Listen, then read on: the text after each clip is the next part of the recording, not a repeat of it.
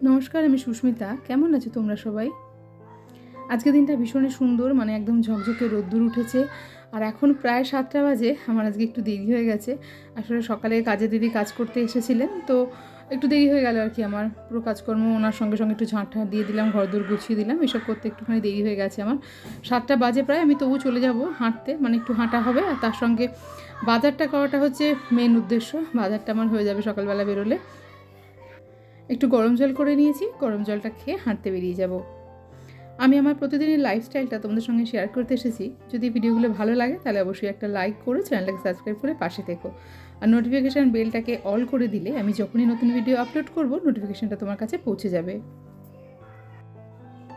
আজকে টিফিনের তাড়াটা কম, কারণ আজকে টিফিনে হবে ব্রেড বাটার।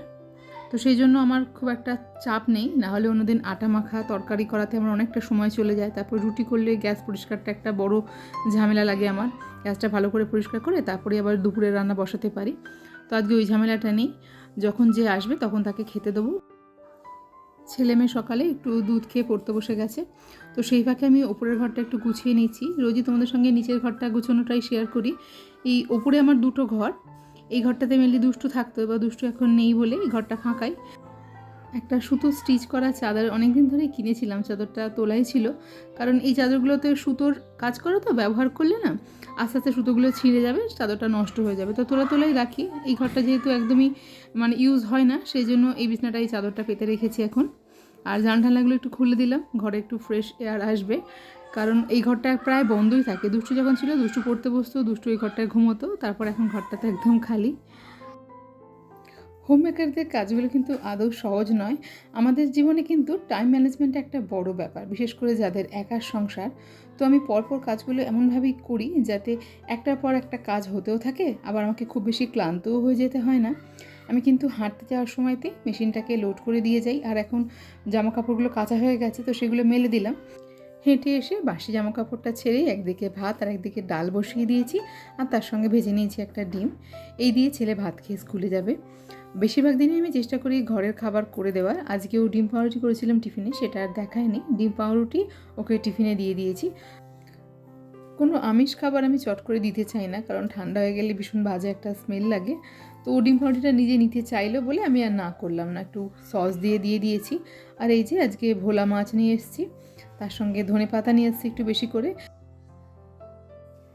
একদিন একটু বেশি করে কাজ করে নিলে পরের কয়েকদিন একটু কাজের সুবিধা হয়। আজকে যেমন বেশি করে ধনেপাতা নিয়ে এসেছি, সেটাকে কুচিয়ে একটা এয়ারটাইট ডিবেতে করে রেখে দিচ্ছি। তবে এর মধ্যে একটু খবরের কাগজ বা টিস্যু পেপার পেতে রাখলে ধনেপাতাটা অনেক দিন পর্যন্ত ভালো থাকে। আমি রাত্রিবেলাতে ভাবছিলাম ধনেপাতা চাটনি করবো বলে, আর টিস্যু পেপার দিইনি। গ্যাসটা আমি কখনোই খালি যেতে দিই না। এখন যেমন গ্যাসে দুধ বসিয়েছি আর একটা তেঁতুর পদ বসিয়েছি। উচ্ছে, বেগুন, আলু, একটু কুমড়ো আর রাঙালু দিয়ে একটা তেঁতো চচ্চড়ি করেছি, সেটা এখন হচ্ছে। আর সেই ফাঁকে আমি আনাজটাও কেটে নিলাম। আনাজ কেটে রান্নাঘরের মেঝেটা পরিষ্কার করতে করতে এদিকে তেঁতুর পদটাও হয়ে গেছে। ভাত ডালটা তেঁতুর পদটা হয়ে গেল। এবার কিন্তু আমি শুধু বাঁধাকপি আর মাছটা করব। বাঁধাকপিটা খুব সিম্পলভাবে করব। এখানে কড়াইতে দিয়েছি সর্ষের তেল, খুব অল্পই দিয়েছি তেলটা। আর তাতে দিয়েছি জিরে ফোড়ন আর দিয়েছি শুকনো লঙ্কা। তেজপাতা হলে ভালো হয়, তেজপাতা আমার ফুরিয়ে গেছে। বাড়িতে তেজপাতা গাছ আছে, গোটা পাড়ার লোকই আমার বাড়ি থেকে তেজপাতা নিয়ে যায়। কিন্তু ওই বলে না, গরমের ঘর ছাড়া, আমারই তেজপাতাটা তোলা হয়নি। তো আলু আর গাজরটা একটু ভাজা হয়ে গেলে, একটু নরম হলে তার সঙ্গে আমি টমেটো, কাঁচা লঙ্কা আর কেটে রাখা বাঁধাকপিটা এখানে দিয়ে দিয়েছি। এখন বিশেষ কিছু করা নেই, ঢাকা দিয়ে খালি বাঁধাকপিটা খুব ভালো করে সিদ্ধ হয়ে যাওয়া অবধি অপেক্ষা করব। আর কড়াইশুঁটিও দিয়েছি অল্প একটু। তো এইভাবে কিন্তু রান্না করলে খুব ভালো লাগে বাঁধাকপিটা, কোনো রকম বেশি তেল মশলা ছাড়াই খুব টেস্টি হয়। আর শীতের বাঁধাকপি তো এমনিতেই খুব স্বাদ। তোমরা এভাবে একবার বানিয়ে দেখতে পারো, আশা করছি তোমাদের ভালোই লাগবে। আমাদের বাড়িতে আমার মেয়ে বা আমার হাজব্যান্ড কেউ ঘি খুব একটা পছন্দ করে না খাবারে, বলে ঘি দিইনি, নাহলে এতে একটু ঘি দিলে আরও স্বাদ লাগে।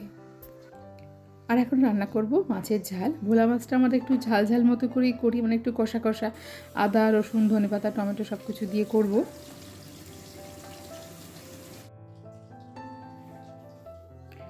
এখন তো কড়াইশুঁটি বেশ সস্তা, আর কড়াইশুঁটি খুব বেশি দিন আর থাকবেও না, চলে যাবে। তো বেশি করে কড়াইশুঁটি কালকে নিয়ে এসেছিলাম, সেগুলো দেখো এই হটপটটায় করে ছাড়িয়ে রেখে দিয়েছি।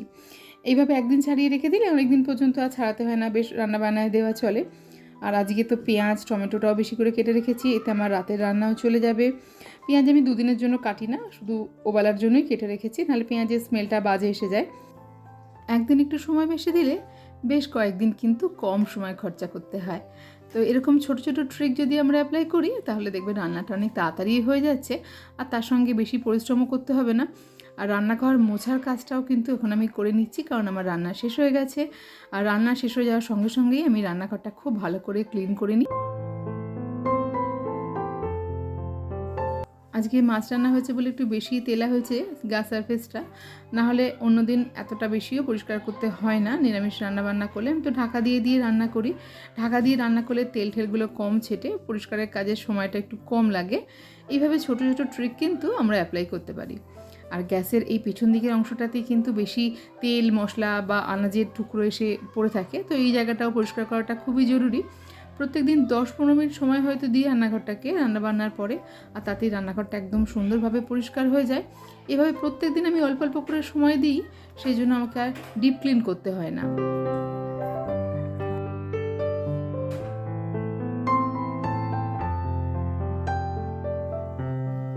রান্নাঘরে মাছ রান্না করলে খুব একটা মাছের উগ্র আঁশটে গন্ধ থেকে যায়। মাছ রান্নার পরে একটা স্প্রে বোতলে আমি কমফোর্ট আর জল ইকুয়ালি মিশিয়ে নিয়েছি, আর সেটা একটুখানি স্প্রে করে দিচ্ছি। এভাবে স্প্রে করে দিলে না, ঘরের মধ্যে রান্নাঘর তো যে আঁশটানি গন্ধটা মাছের থাকে সেটা কিন্তু আর লাগে না। বিকালবেলাতে যখন চা ঠা করতে যাই, যদি আঁশটে গন্ধ লাগে মোটেই সেটা ভালো লাগে না। আর এখন ভাতটা বেড়ে দিচ্ছি, এটা আমার মেয়ের জন্য ভাত বাড়ছি। মাছটা একটু কষা কষা করেছি বলে অন্য রান্নাগুলোতে তেমন আর মশলার ব্যবহার করিনি। সব কিছুতেই যদি বেশি আদা রসুন বা বেশি তেল মশলা ব্যবহার করা হয় তখন একটু রিচ হয়ে যায় খেতে, তখন আর অতটা স্বাদ লাগে না। মেয়েকে খেতে দিয়ে আমি স্নান করে পুজো করে চলে যাব ছেলেকে স্কুল থেকে আনতে। এখন প্রায় 4:30 মতো বাজে। আমার বাড়ির সামনে একটা ছোট জায়গা আছে, দেখেছো হয়তো তোমরা, অনেক বাচ্চারা খেলতে আসে। তোদের জন্য একটা কেক আমি কালকে বানিয়েছিলাম রাত্রিবেলাতে, কেকটা ফ্রিজে রেখেছিলাম তো একটু হার্ড মতো হয়ে গেছে। এখন একটু চকলেট সিরাপ বানিয়ে নেবো, তার জন্য কোকো পাউডার আর কর্নফ্লাওয়ার দিয়ে নিয়েছি 1 চামচ করে। এটা জল দিয়ে গুলে আমি একটা বাটিতে চিনি আর জল ফুটতে বসিয়ে দিয়েছি, তার সঙ্গে মিশিয়ে দেবো।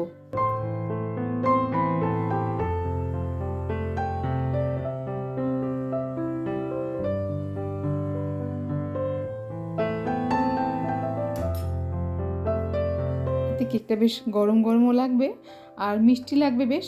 বাচ্চারা তো একটু মিষ্টি খেতে বেশি ভালোবাসে, তো এই জন্য এইভাবে করে দিলাম।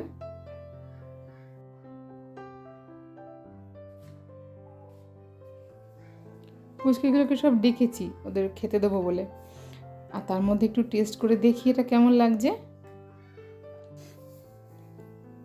মিষ্টিটা বেশ বেড়ে গেছে, গরম গরম কেকটা একটু জুসিও লাগছে, খুব ভালো লাগছে খেতে। বাচ্চাগুলোরও খুব ভালো লাগবে, তো ডেকে দিয়েছি পুচকেগুলোকে। এরা হচ্ছে সারাক্ষণের সঙ্গী আমার ছেলের। তো আজকে ভিডিওটা এই পর্যন্তই, খুব তাড়াতাড়ি দেখা হচ্ছে নতুন একটা ভিডিও নিয়ে।